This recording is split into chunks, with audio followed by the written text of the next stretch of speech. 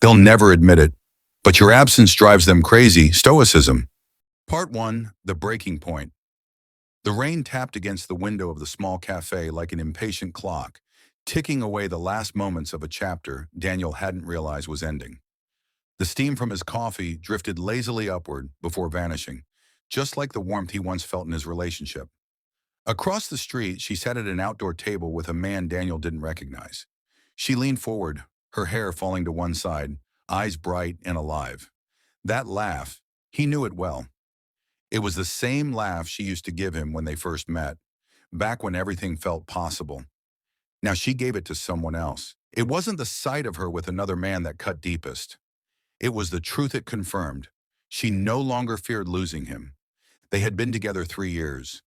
In the beginning, she would text him in the middle of the night just to say she missed him. She canceled plans with friends to spend more time with him. She would call him the only one who truly understands me. But somewhere along the way, the effort stopped. Texts became short replies. Her phone became a constant third wheel at every dinner. Girls' night became a weekly escape until 3 in the morning. The connection had thinned into a fragile thread, and Daniel was the only one holding on. One night, after weeks of feeling the distance grow, he asked her directly, "Are you even happy with me anymore?" She sighed, looked away, and replied, "You're overthinking it. Maybe you just don't excite me anymore."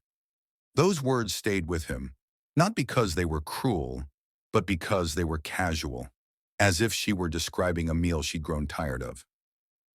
Daniel went home that night and sat in the dark. His mind replayed a line he once underlined in his copy of Meditations by Marcus Aurelius. "You have power over your mind, not outside events. Realize this, and you will find strength." Strength, Daniel thought, doesn't always mean holding on. Sometimes strength means walking away without warning. And so he decided he would disappear. Part 2. The Withdrawal. There was no dramatic announcement. No, you'll regret this message. One day Daniel simply stopped. No morning text, no good night call. He didn't check her social media. He didn't walk past her workplace. He became invisible.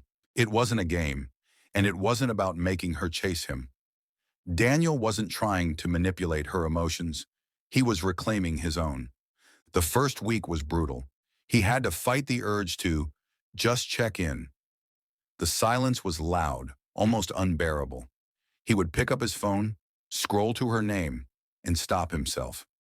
Instead, he repeated another Stoic truth to himself. The best revenge is not to be like your enemy. If she had treated him like an afterthought, he would not return with bitterness. He would return to himself. By the end of the first week, he noticed something strange. The ache in his chest was still there, but it was quieter. By the second week, a mutual friend mentioned she had been asking about him. By the third week, she sent a casual message. "Hey, hope you're okay. Haven't heard from you." Daniel stared at the screen for a moment, then set the phone down without replying. Not out of spite, not to win, but because her sudden concern wasn't love, it was discomfort. People hate when they lose control over you. Part 3. The First Ripples. Daniel began filling his time with things he had neglected: morning runs in the park, reading in quiet cafes, cooking meals instead of ordering takeout, meeting friends he hadn't seen in months. Slowly, he stopped orbiting her world. He built his own.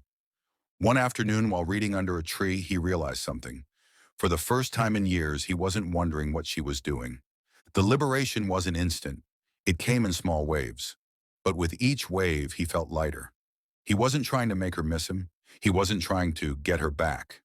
He was finally learning how to live without the constant need for someone else's validation. And ironically, that's when people start to miss you the most.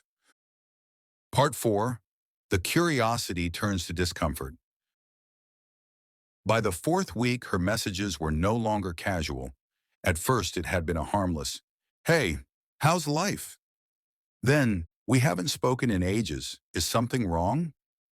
Now her tone carried something new, an unease. "Daniel, are you ignoring me?" He read it, then put his phone face down on the table. For years, he had been instantly available to her. Now he was a ghost in her world. And here's the thing. When someone is used to you being their emotional safety net, your absence isn't just noticed. It's unsettling. She started showing up at the cafe they used to visit, by coincidence. She liked his old posts on social media. She even messaged his friends asking if he was okay. But Daniel stayed still.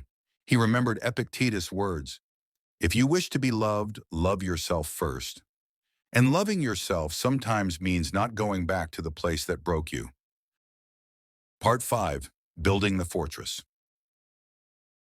While her mind spun in circles, Daniel's life moved forward. His mornings were now sacred. He'd wake up early, make coffee, and read a few pages from meditations. He hit the gym religiously, pushing himself past limits he didn't know he had. His evenings were for creation, writing, photography, small projects that reminded him life wasn't just about relationships. He noticed changes in the mirror. His eyes were sharper, his posture was straighter. There was a calmness in his face, the kind you only get when your peace no longer depends on someone else. His absence wasn't empty, it was full of growth, discipline, and quiet victories. And this is the paradox. While you're gone from their life, you become larger in their mind. Because you're no longer predictable, no longer on call, no longer theirs. By the end of the second month, she wasn't just curious, she was desperate. The next time she reached out, it wasn't with small talk. It was with confession. "I don't know what happened to us, but I miss you. Can we talk?" Daniel sat with the message for a long time. He felt the old pull, the familiar longing, but there was also something else. Clarity. He had learned that absence isn't about making them suffer. It's about giving yourself the space to see the truth. And the truth was, she didn't miss him. She missed the version of him that was always available, always giving, always bending. That man no longer existed. Part 6. The Return on His Terms. It was a late Saturday afternoon when Daniel saw her again. He had just finished his workout and was walking through the city square when a familiar voice called his name. "Daniel?" He turned slowly. There she was, hair perfectly done, wearing that perfume he once loved. But her eyes told a different story. They weren't confident anymore. They were searching. "I've been trying to reach you," she said, stepping closer. "Why did you disappear? Did I do something?" Daniel studied her face. For months he had imagined this moment, but now that it was here, he didn't feel anger or triumph or even longing. He felt still. "I needed space," he said plainly. "Space from me?" she asked, her voice almost breaking. "No," he replied. "Space for me?" She looked confused. "I don't understand."